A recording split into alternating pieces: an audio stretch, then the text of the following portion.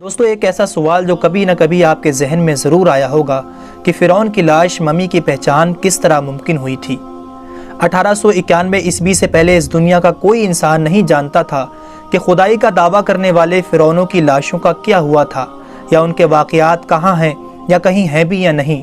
الہامی کتابوں تورات، بائبل اور قرآن پاک میں اس واقعے کا ذکر تفصیل سے ملتا تھا کہ حضرت موسیٰ علیہ السلام اور بنی اسرائیل قوم کا پیچھا کرتا ہوا فرعون پانی میں غرق ہو کر اپنی فوج کے ساتھ مر گیا تھا، جبکہ حضرت موسیٰ علیہ السلام اور ان کی قوم کو پانی نے اللہ کے حکم سے گزرنے کا راستہ دے دیا تھا۔ اس کے بعد اس کا کیا ہوا تھا، اس بارے میں بائبل اور تورات خاموش ہیں، لیکن قرآن پاک میں اس کے انجام کے بارے میں ایک ایسی عجیب بات کہی گئی تھی جس کو کسی کی سمجھ نہیں تھی۔ پس ہم تیرے بدن کو سمندر سے نکال کر محفوظ کر لیں گے تاکہ تو بعد میں آنے والوں کے لیے عبرت بن جائے۔ سورہ یونس آیت نمبر 92۔ یہ واقعہ دوستو آج سے 3500 سال قبل پیش آیا تھا۔ فرعون کے ڈوب کے مرنے کے بعد سمندر نے اس کی لاش کو اللہ کے حکم سے باہر پھینک دیا، جبکہ باقی لشکر کا کوئی نام و نشان نہ ملا۔ مصریوں میں سے کسی ایک شخص نے ساحل پر پڑی اس کی لاش کو پہچان کر اہل دربار کو بتایا۔ فرعون کی لاش کو محل پہنچا دیا گیا۔ درباریوں نے مسالہ لگا کر اسے پوری شان اور احترام سے تابوت میں رکھ کر محفوظ کر دیا۔ حنوط کرنے کے عمل کے دوران ان سے ایک غلطی ہو گئی تھی کہ فرعون کیونکہ سمندر میں ڈوب کر مرا تھا اور مرنے کے بعد کچھ عرصہ تک پانی میں رہنے کی وجہ سے اس کے جسم پر سمندری نمکیات کی ایک تہ جمی رہ گئی تھی۔ مصریوں نے اس کی لاش پر نمکیات کی وہ تہ اسی طرح رہنے دی اور اسے اسی طرح حنوط کر کے محفوظ کر دیا۔ وقت گزرتا رہا، زمین و آسمان نے بہت سے انقلاب دیکھے جن کی گرد کے نیچے سب کچھ چھپ گیا، حتیٰ کہ فرعونیوں کی حنوط شدہ لاشیں بھی زمین کی تہ میں چھپ گئی تھیں۔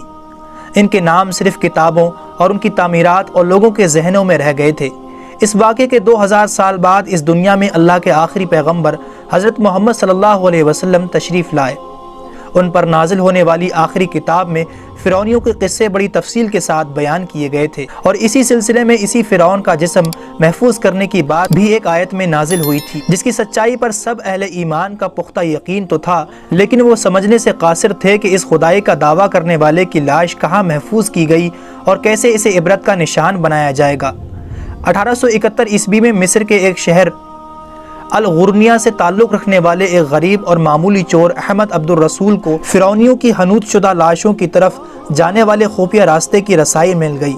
احمد عبد الرسول جو کہ پرانی چیزوں کو چرا کر بیچا کرتا تھا، ایک دن وہ دریائے نیل کے کنارے سے تسبیحہ کے مقام پر اسی سلسلے میں پھر رہا تھا۔ جب اسے ایک خفیہ راستے کا پتہ چلا، وہاں پر وہ پرانی چیزوں کے لیے جگہ کھود رہا تھا، اسی دوران اسے کچھ لوگوں نے پکڑ لیا اور پولیس کے حوالے کر دیا۔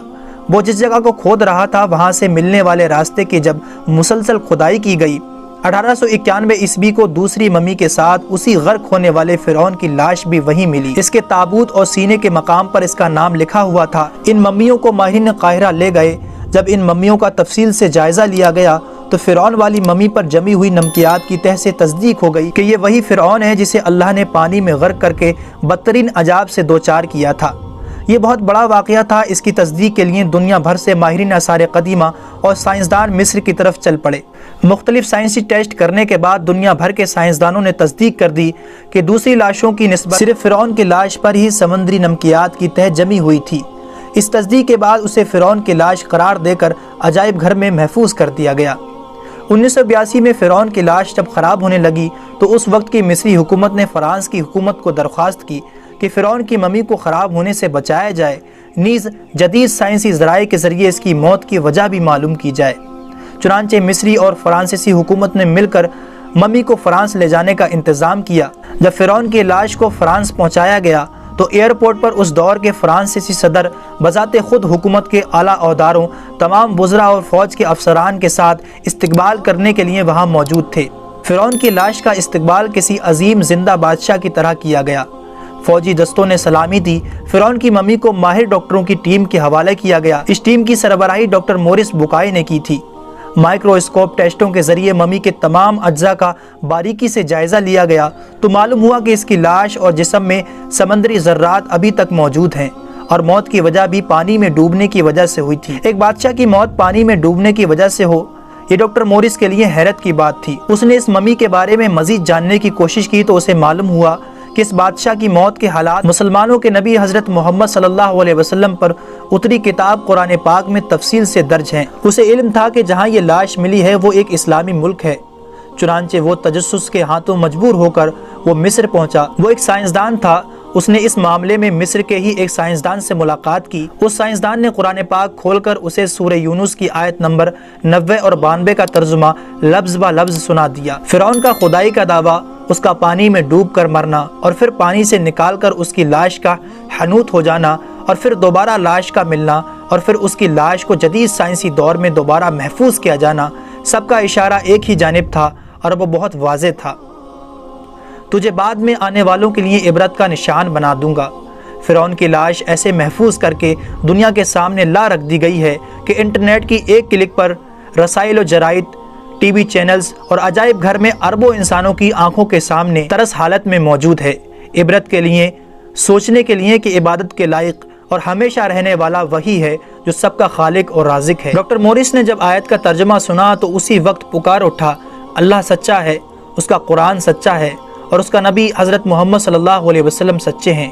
کلمہ پڑھا اور اسلام میں داخل ہو گیا۔ اگر آپ کو یہ ویڈیو پسند آیا ہو تو اسے لائک اور زیادہ سے زیادہ اپنے تمام دوستوں کو شیئر ضرور کیجیے گا، اور اچھی ویڈیوز کے لیے ہمارے چینل کو بھی سبسکرائب ضرور کیجیے گا۔ ہماری اگلی ویڈیوز آنے تک اپنا اور اپنوں کا بہت خیال رکھیے گا۔ جب تک کے لیے اللہ حافظ۔